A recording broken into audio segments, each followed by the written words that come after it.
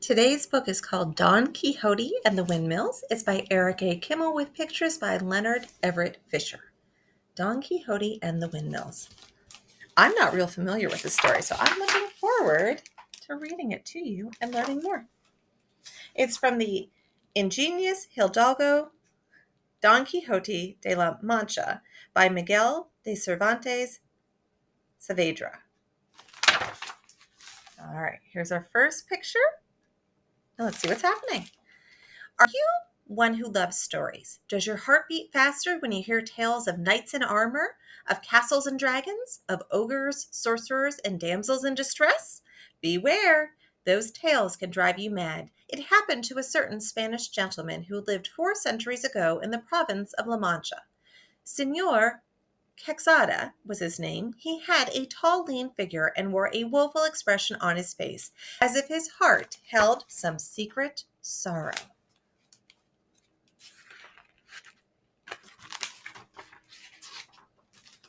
Indeed it did. Senor Quixote longed to live in days gone by, when gallant knights battled for the honor of ladies fair. Books of their adventures filled his libraries.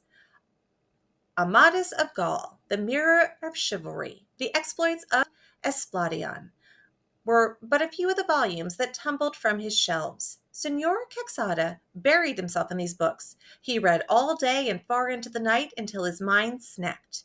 Senor Quixote is no more, he announced to his astonished household. I am the renowned knight and champion Don Quixote de la Mancha. In the attic, he found a rusty suit of armor, his grandfather's sword, a round leather shield, and an antique lance. His helmet was a foot soldier's steel cap that lacked a visor. Don Quixote made one out of paperboard and tied it on with ribbons. It would serve until he won himself a proper helmet on the field of battle. A knight must have a noble steed. Don Quixote owned a nag as tall and bony as himself. He named the horse Rocinante, which means nag no more. A knight must also have a squire, a faithful companion to share his quests. Don Quixote invited Sancho Panza, a short, fat farmer from the neighborhood, to accompany him. Come with me, Sancho, Don Quixote said. Within a week I will conquer an island and make you king of it. That will be no bad thing, Sancho replied. If I were king of an island, my wife would be queen, and all my children princesses and princes. So Sancho agreed to come along. Although he was not as crack-brained as Don Quixote, he certainly saw no harm in seeing a bit of the world. Finally, a knight must have a fair lady to whom he has pledged his loyalty and his life. A knight without a lady is like a tree without leaves or fruit, a body without a soul, Don Quixote explained to Sancho. After considering all the damsels in the district, he chose a pretty farm girl, Aldonza Lorenzo, from the village of Tabasco. Don Quixote rechristened his lady as he rechristened his horse. He called her Dulcinea, meaning sweetness. The very word breathed music and enchantment. Dulcinea of Tabasco. Dulcinea, Dulcinea. The knight's heart overflowed with devotion as he whispered the sacred name. One moonless night, while everyone in town lay asleep, Don Quixote and Sancho set forth. By dawn, they were miles away. Don Quixote rode ahead, scanning the plain for ogres and sorcerers. Sancho followed on his little donkey, munching his breakfast of bread and cheese. Don Quixote halted. Fortune has favored our quest, good Sancho. Can you see what lies yonder? There stand the monstrous giants who have plagued this countryside long enough. I intend to strike them down and claim their wealth as our just reward. Sancho squinted into the distance. Giants, master? What are you talking about? I see no giants. There they are, straight ahead. Can't you see them? They have 4 arms, each one more than 6 miles long. Oh, master, you are mistaken. Those aren't giants, they're windmills. What you call arms are really sails to catch the wind. The wind turns the sails and makes the millstones go round and round. It is plain you know nothing at all, Don Quixote replied. I say those are giants. Whether or not you recognize them as such, I intend to slay them. If you are frightened, you may hide yourself away and say your prayers while I challenge them to mortal combat." Having said this, Don Quixote lowered his visor and put his spurs to Rocinante.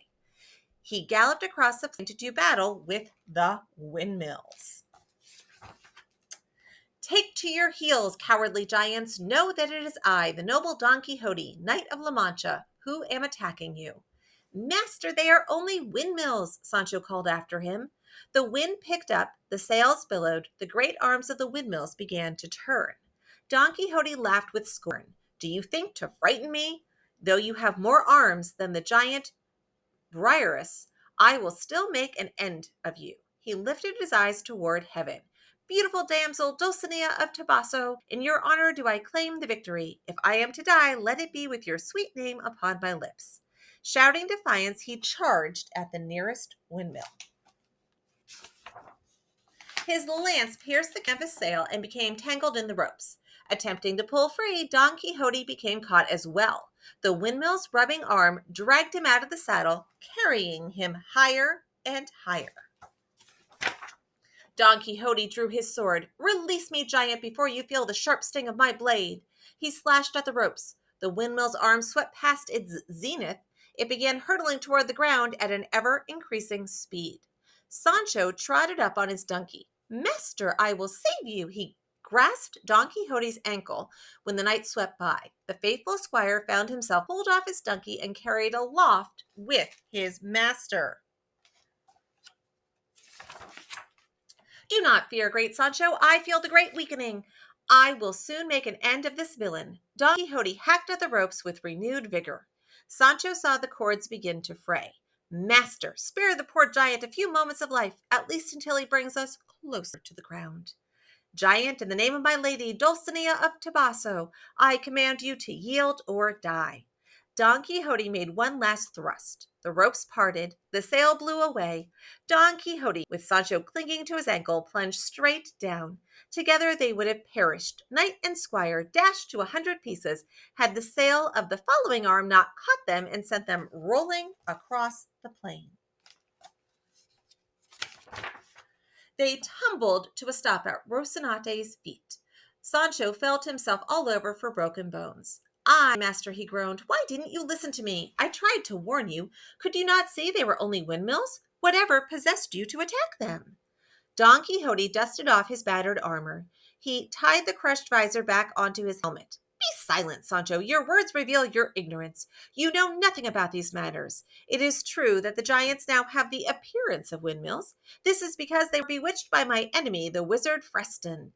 At the last moment, he transformed the giants into windmills to deprive me of the glorious victory that was rightfully mine. Never fear, Sancho, we will meet him again. All the power of his magic arts will not save him when he feels the edge of my mighty sword." "I hope so," said Sancho, as he pushed Don Quixote back onto Rocinante. "Another tumble like this, and we will all go home in pieces." Don Quixote took the reins in hand. "Never fear, faithful Sancho. The road to victory is often paved with misfortune. A true knight never complains. Follow me, and I promise we will dip our arms up to the elbow in what common people call adventures.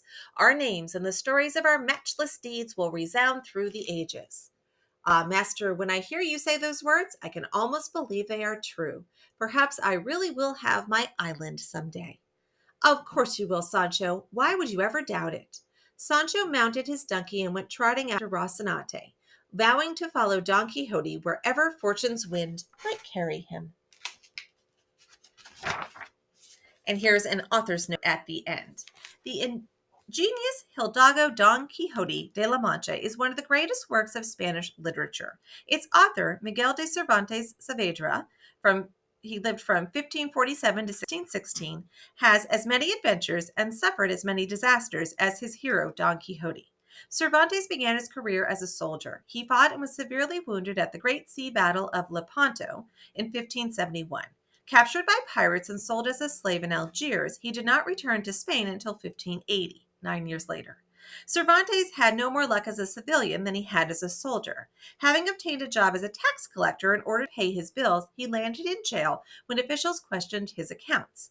The idea for Don Quixote came to him while he was imprisoned in Seville's dungeon.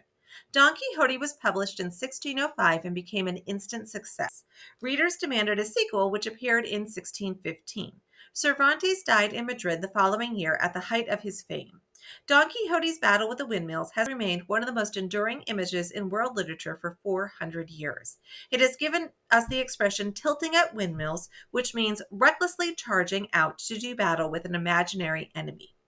And then the dedications for this book are at the end. So the author said, to my new grandson, Blake Andrew Oren. And the illustrator said, for my grandchildren, Lauren, Michael, Samuel, Jordan, Gregory, and Danielle. So that was Don Quixote and the Windmills.